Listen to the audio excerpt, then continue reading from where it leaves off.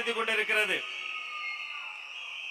அடுத்து இந்த நிகழ்வில் பேசுவதற்காக தமிழக வெற்றி கழகத்தினுடைய இணை பொதுச் செயலாளர் அன்பு அண்ணன் சிடிஆர் நிர்மல்குமார் அவர்களை அரங்கம் நிறைந்த கரவொலியோடு வருக வருக என வரவேற்கிறேன்.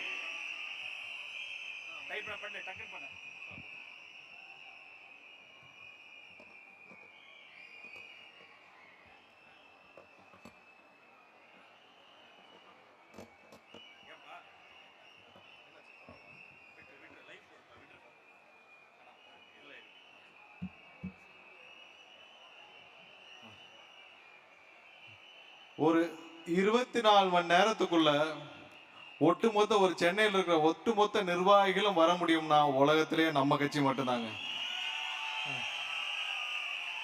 10 நாள் வேலை செஞ்சு, மற்ற கட்சியெல்லாம் 10 நாள் வேலை செஞ்சு 10 நாளா பிடிச்சி ஒரு இடத்த பிடிச்சி எல்லா கட்சிக்கும் சொல்லி வண்டியை பிடிச்சி ஏத்திட்டு வந்து உட்கார வச்சா கூட 30% தேராது. ஒரே ஒரு போன் கால், ஒரே ஒரு மெசேஜ், ஒன்னே ஒன்று தளபதி ஒருத்தருக்காக மட்டும்தான். இந்த வைப்ரேஷன் வேற எந்த கட்சியிலையும் கிடையாது. ஏன்னா முதல்ல இருந்து பார்த்துட்டு இருக்கோம்ல, இப்படி ஒரு வைப்ரேஷன், இப்படி ஒரு மக்களுக்கு முழு மனதாக 100% நம்பிக்கை தளபதி அவர்களுக்கு தவிர்த்து வேற யாருக்கும் இந்தியாவில் கிடையாது. சென்னை மண்டலத்தை சேர்ந்த, சென்னை மாவட்டத்தை சேர்ந்த நிர்வாகிகள் அனைவருக்கும், இங்கே வருகை புரிந்துள்ள அனைத்து மாவட்ட செயலர் அனைவருக்கும், இங்கே தலைமை கழக நிர்வாகிகளுக்கும் மற்றும் இங்கே வருகை புரிந்திருக்கும் அனைத்து ஒன்றிய நகர பகுதி கழக செயலர் அனைவருக்கும் என்னுடைய முதற்கண் வணக்கத்தை தெரிவித்துக் கொள்கிறேன். சென்னை தான் எப்பயும் திமுக சொல்லுவாங்க அவங்களுக்கு ஒரு கோட்டைன்னு.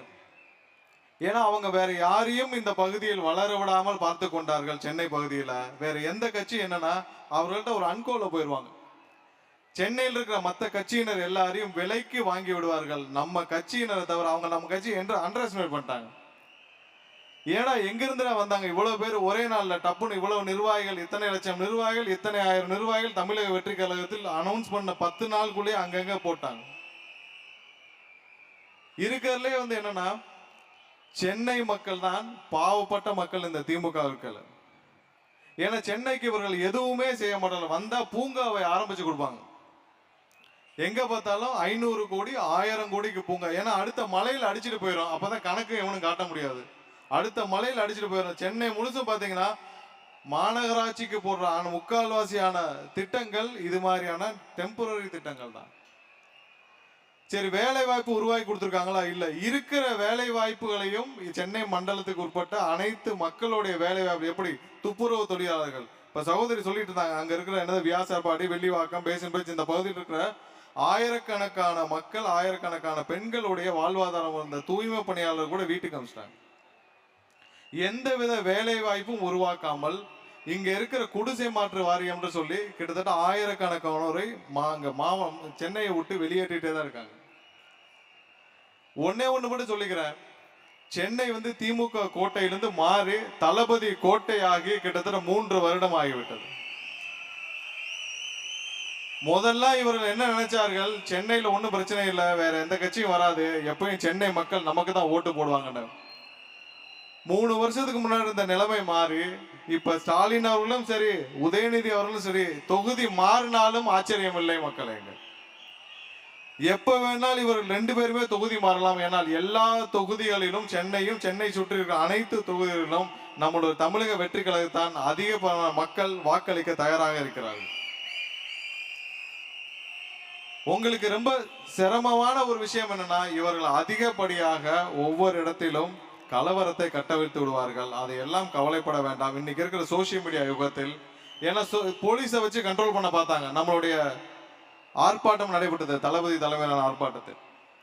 அப்ப இவங்க எல்லா ரூட்டையும் அடைச்சிட்டாங்க, சுத்தி வர எல்லா பகுதியும் அடைச்சிட்டாங்க. மக்கள் கிட்டத்தட்ட 13 கிலோமீட்டர் நடந்து வந்தாங்க. 8 கிலோமீட்டர் 13 கிலோமீட்டர். அதையும் தாண்டி 80,000 பேருக்குள்ள உள்ள வந்துட்டாங்க. அப்பதான் இங்க இருக்கிற காவல்துறைக்கு புரிஞ்சது, எதையும் தடுத்தாலும் நம்மளுடைய தமிழக வெற்றி கழகத்தோட நிர்வாகிகளுடைய மட்டும் எந்த காலத்திலும் தடுக்க முடியாது. நமக்கு இருக்கிற அனைத்து சட்டமன்றங்களும், முக்கியமாக இங்க நார்த்தில் இருக்கிற அனைத்து சட்டமன்றங்களிலும் பெரும்பாலான மக்கள் நம்மளுடைய மக்களாக இருக்கிறார்கள், நமக்கு வாக்களிக்கக்கூடிய மக்களாக இருக்கிறார்கள். எந்த காலத்திலும் இனிமேல் சென்னை மட்டுமல்ல, சென்னை சுற்றி இருக்கிற அனைத்து மாவட்டங்களிலும் திமுக ஒரு நாள் கூட உள்ள வர முடியாது. எப்படி 84ல கருணாநிதி ஒருத்தரை தவிர மற்ற அனைவரையும் தோற்கடித்தார்களோ அதே மாதிரியான ஒரு சூழ்நிலை 2026 வரப்போகிறது. சென்னைக்கு ஒரு வடிகால் வாரிய திட்டம் ஒன்று கொண்டு வந்தாங்க. போன ஆட்சியிலே ஆரம்பிச்சது, இந்த ஆட்சியிலும் இதை நீங்க போறப்பெல்லாம் கண்டிப்பாக, ஏன்னா நீங்க சென்னை மக்கள் பெரும்பாலும் ஒவ்வொரு நாளும் கஷ்டப்படுற, இந்த மழை காலம் வந்தாலே கஷ்டப்படுறது என்னன்னா, இங்க உள்ள பகுதிகளில் மழை நீர் தேங்கிவிடும். பார்த்துருப்பீங்க, எல்லாரும் பிரிட்ஜில் போய் நிப்பாட்டிடுவாங்க காரை. பிரிட்ஜில் நிப்பாட்டிட்டு 3 நாள் கழிச்சு எடுப்பாங்க. அதையும் போலீஸ் வச்சு போன தடவை பிரிட்ஜில் யாரும் காரை நிப்பாட்ட விடாம அடிச்சு விரட்டினாங்க. இவங்கனால மக்களை பாதுகாக்கவும் முடியாது, அங்க அவங்களா பாதுகாக்கிறதுக்கு ஒரு இடத்த பிடிச்சாலும் அதையும் அடிச்சு விரட்டிடுறாரு. இந்த வடிகால் பணிகளை பத்தி நீங்க சென்னையில போறப்ப ஒவ்வொரு பகுதியிலும் ஒவ்வொரு மக்களுக்கும் கண்டிப்பாக சொல்லி ஆகணும்.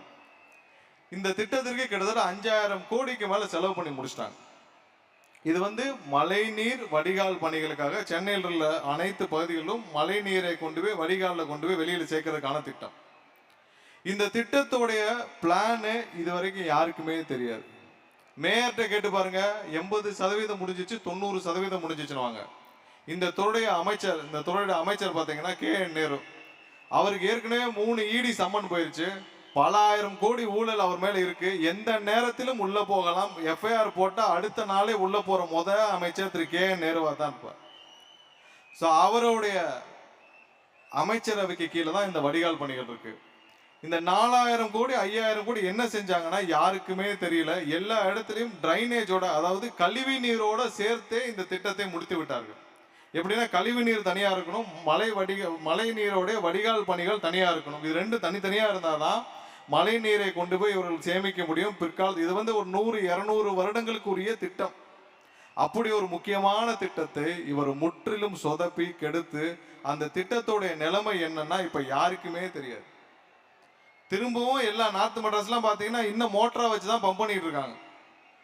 4000-5000 கோடியை செலவு பண்ணிட்டு இன்னும் மோட்டாரை வச்சு பம்ப் பண்றதுக்கா இத்தனை வருஷம் நீங்க எல்லாரையும் மக்களை ஏமாற்றிட்டு இருந்தீங்க.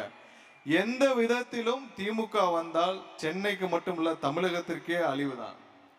சென்னை மக்களுக்கு காப்பாற்ற வேண்டும் என்றால், சென்னை மக்களுக்கு ஒரு நல்லது நடக்க வேண்டும் என்றால் இங்க வேலை வாய்ப்புகள் உருவாக்க வேண்டும். இங்க இருக்கிற மக்களுக்கு போதுமான சுகாதாரம் கொடுக்க வேண்டும். சென்னை மக்களுடைய பாப்புலேஷன் கூடிட்டே இருக்கு. இதையெல்லாம் ஏன்னா நீங்க களத்துல நீங்க தான் நின்று ஒவ்வொரு நாளும் மக்களை சந்திக்க போறீங்க. ஏன்னா களத்துல ஏற்கனவே நம்ம ஆட்கள் எல்லா இடத்துலயும் இருக்கிறீங்க. நான் நம்மளுடைய தளபதியுடைய பிறந்த நாள் அன்னைக்கு சென்னை முழுவதும் பல பகுதிகளில் சுற்றி வந்தேன். அந்த பிறந்த நாள் அன்னைக்கு, தளபதியுடைய பிறந்த நாள் அன்னைக்கு நம்மளுடைய கட்சியினர் இல்லாத தெருவே கிடையாது. இப்படி ஒரு கொண்டாட்டம் இந்தியாவில் எங்கேயுமே நடந்திருக்காது. எல்லா இடத்திலும் எல்லா தெருவிலும் நம்மளுடைய நிர்வாகிகள் ப்ராப்பரா டேபிள் போட்டு ஒவ்வொரு இடத்துல இருந்து தளபதியுடைய பிறந்த நாளை கொண்டாடி வந்தாங்க. ஆல்ரெடி நீங்க எல்லா வீட்டிலையும் எல்லா தெருவிலையும் நம்மளுடைய கட்சியினர் ஆல்ரெடி உள்ள இருக்கிறாங்க.